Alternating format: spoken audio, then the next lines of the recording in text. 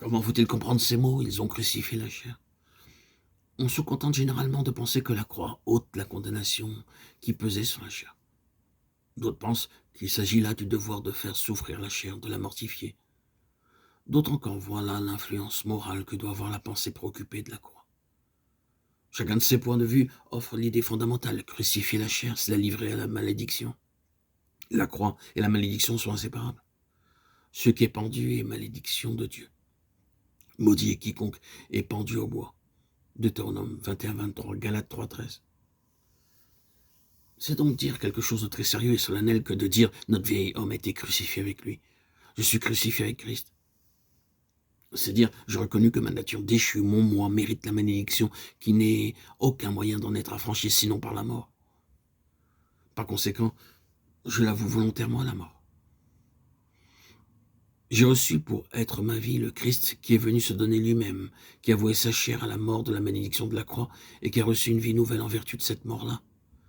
J'abandonne et place sur la croix mon vieil homme, ma chair, mon moi, avec sa volonté et ses œuvres. Comme pécheur souillé et maudit, je le laisse là, cloué à la croix. En Christ, je suis mort à mon vieil homme et délivré de lui. Cependant, il n'est pas encore mort, mais de jour en jour, je le maintiendrai là, par mon union avec Christ. Et je ferai mourir par la vertu du Saint-Esprit chacun de ses membres et de ses actes aussitôt qu'il chercherait à se relever. Pour que cette vérité devienne notre force, il faut la connaître, la recevoir et agir en conséquence. Si je ne vois dans la croix qu'un acte de substitution sans voir là ce dont Paul se glorifiait, une participation à la croix, Galates 6-14, jamais je ne pourrai éprouver son action sanctifiante. C'est à mesure que s'élucide pour moi la certitude que ma nature déchue participe à la croix, que je puis vivre par la foi en communion avec Jésus, qui est ma tête, et qui a prouvé lui-même que la croix était l'unique moyen de s'élever au trône de Dieu.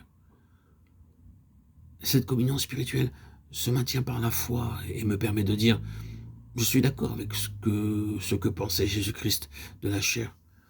Je la vois tout aussi souillée de péché qu'il la voyait.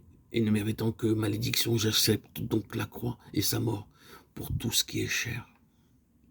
Cette croix que Jésus m'offre comme le seul moyen d'être délivré de l'empire du moi et de vivre d'une vie nouvelle par l'Esprit de Christ. Voici comment on peut user de cette foi en la puissance efficace de la croix pour être libéré de la condamnation et de la domination de la chair. Le moyen est aussi simple qu'important à connaître. Je commence donc par bien comprendre que tout en voulant vivre de la vie de l'esprit, je cours le danger de laisser la chair, le moi, s'efforcer de servir Dieu.